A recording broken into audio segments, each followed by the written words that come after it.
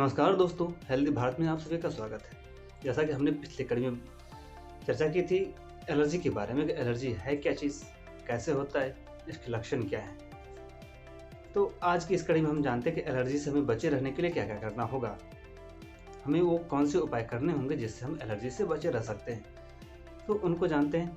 तो सबसे पहले हमने बताया था एलर्जी के कई तरह के रूप होते हैं और कई कारणों से होते हैं, जिसमें से एनाफिलेक्सिस की हमने बात कही थी, जो कि बहुत ही खतरनाक होता है। और तो आइए जानते हैं आज इस कड़ी में कि हम इससे बचे कैसे रह सकते हैं। तो सबसे पहले जानते हैं जिन कारणों से, क्योंकि आप सभी को पता है कि ये बहुत कारणों से होता है, उनमें सबसे पहले बात करते हैं एक जो होता है जिससे, क्योंकि बस कई सारे जिसमें नमी से भी एलर्जी होती है, ठीक ना।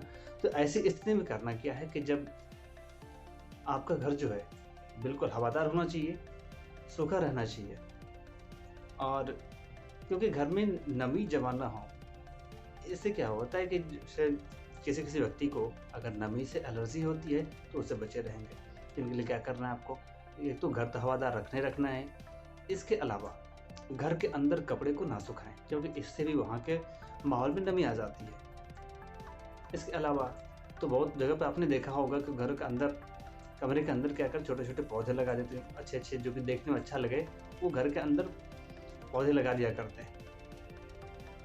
तो इससे भी नमी की स्थिति वहाँ बनी रहती है।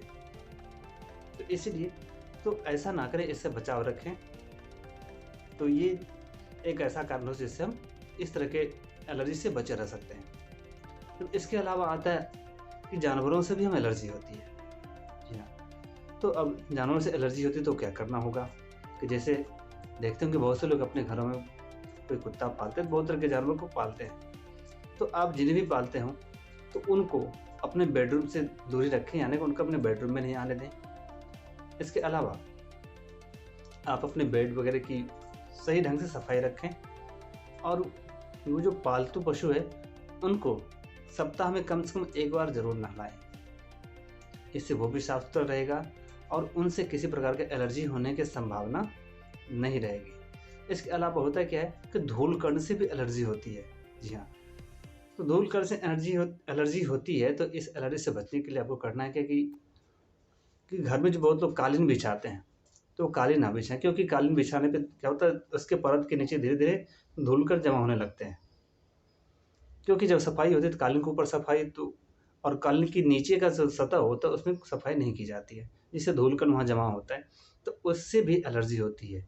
इसके अलावा घर को तो हवादार रखना ही है, सूखा रखना ही, नमी नहीं रहनी है। इसके अलावा इस बात पे ध्यान देना है कि किसी भी कारण से धूल जो है, धूल कण उड़कर हमारे शरीर पे ना आए,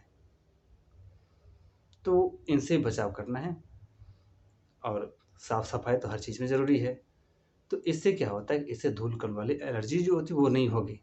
इसके अलावा और होता है क्या कि खाने-पीने से भी एलर्जी होती है।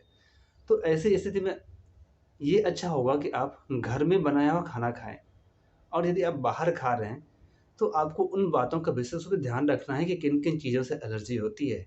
तो जिन-जिन चीज़ों से एलर्जी होती है आप उस चीज़ का सेवन ना करें, तो ज़्यादा सही रहेगा, आपके स्वास्थ्य के लिए सही रहेगा।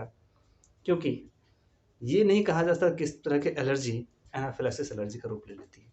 तो इसलिए अपने आप का बचाव करें और सुरक्षित रहें, स्वस्थ रहें। तो अगली कड़ी में हम फिर इसी के बारे में कुछ और चर्चा करेंगे। आखिर ये जो है, और भी इनके लक्षण, बहुत तरह की एलर्जी जो होती है, उनसे विस्तृत कुछ और भी जानकारियाँ लेंगे कि आखिर किस स्थिति में कैसे-कैसे इसका ट्रीटमेंट किया जाता है। इसके अलावा जैसे हमने आज आपको बताया कि कैसे बचाव रहना, आज तो हमने बचाव के तरीके बताए, तो अगली कड़ी में हम लोग चर्चा करेंगे कि आखिर इसका जो उपचार कराया जाता है, किस प्रकार होता है एलर्जी का उपचार।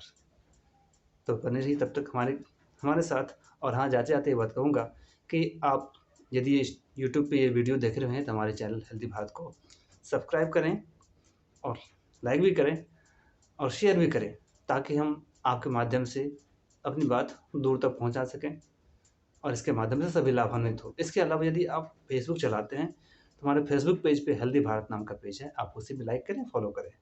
धन्यवाद।